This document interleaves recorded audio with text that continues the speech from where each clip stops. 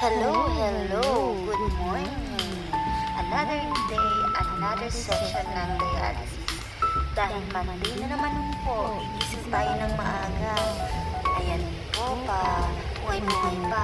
Paglabas ko, ayan, okay na po yung aking ama. Nakaprepare na po siya, ako na lang ang hinihintay. Nakabihis na yan. Tapos ako, yan, bago pa lang ako mag-aayos, matututbrush. Hindi na po ako naliligo niyan sa umaga kasi bago ako matulog, naliligo na ako para less hassle na. Silamos lang, tapos magbibihis lang ako ng kaunti, then magpe-prepare para, kasi po yung aking ama, naghihintay na lang talaga siya sa akin. Nakakain na yun, tapos maaga kasi yung gumising.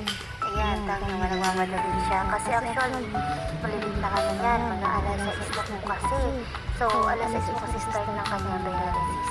Yan, nagawa ko pa pong mag-ayos, mag-skincare, gano'n.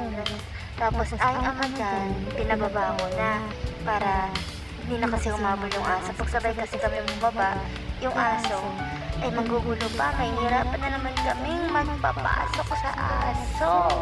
Ayan, todo pa rin po ang kanyang pag-solution. Ang aking amay naghihintay. Napaalis na po kami. Sarado ko. Bawa na kami ng bahay. Tapos, paglaba ko, nandiyan na kasi yung boy ng kapatid ko. Kakadating lang. Galing trabaho. Kaya naglakad na kami pupunta doon sa may Aurora para sumakay. Naabutan ko ang aking ama dito sa may stoplight. Kaso umubutik ako. Sakto namang nag-go yung traffic light. Naiwan siya dun sa kabila. Ayan, kung makikita niyo po, naiwan siya. Yan, diba? Kasi kung pinago ko siya, inabutan siya talaga ng sasakyan. Sabi ko naman, let's go. Ganon. Tagal pa naman. Parang ilang minutes din po bago nakita yung yellow na, nag-stop na siya.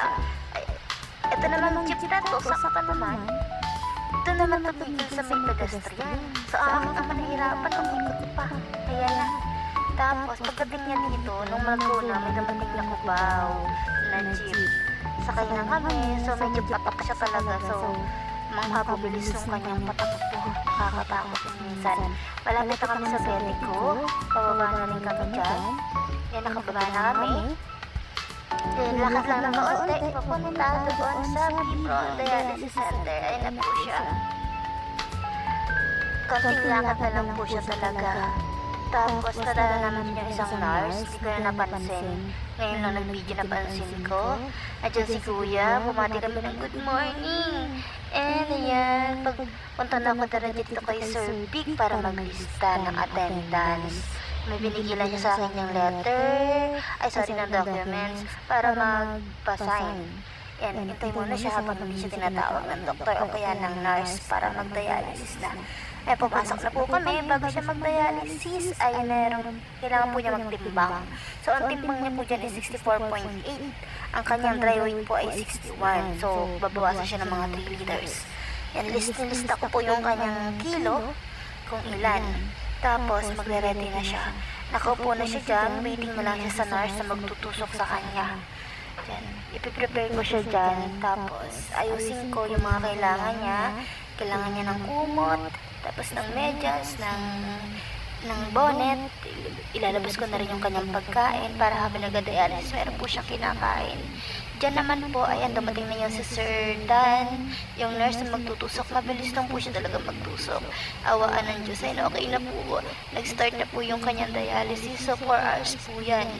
Ang kailangan ko makauwi muna sa bahay para makapagluto din. Iwanan po siya ng ganyan muna kasi patulog. Yan po, yan ang time na yan, dumating po yung doktor. Every dialysis may doktor po na nag-check kung ano po yung pakaramdam po nila. And then kung may pamamanas, sinecheck siya.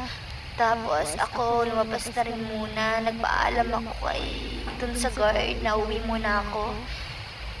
At matagal po yung 4 hours para mag-intay. Kaya ako umuwi muna. Hindi ko na po siya dati po kasi nag-iintay talaga ako dyan, pero naiinip ako. So, So ayan, nakabalik na rin po ako sa Bibron. Pagdating ko, tapos na po siya. So after na dialysis, ganun din, kailangan siyang kiluhin. So ang kanyang kilo ay 62.1. Ilista ko lang siya ulit. And then doon po, tapos na. Bye-bye!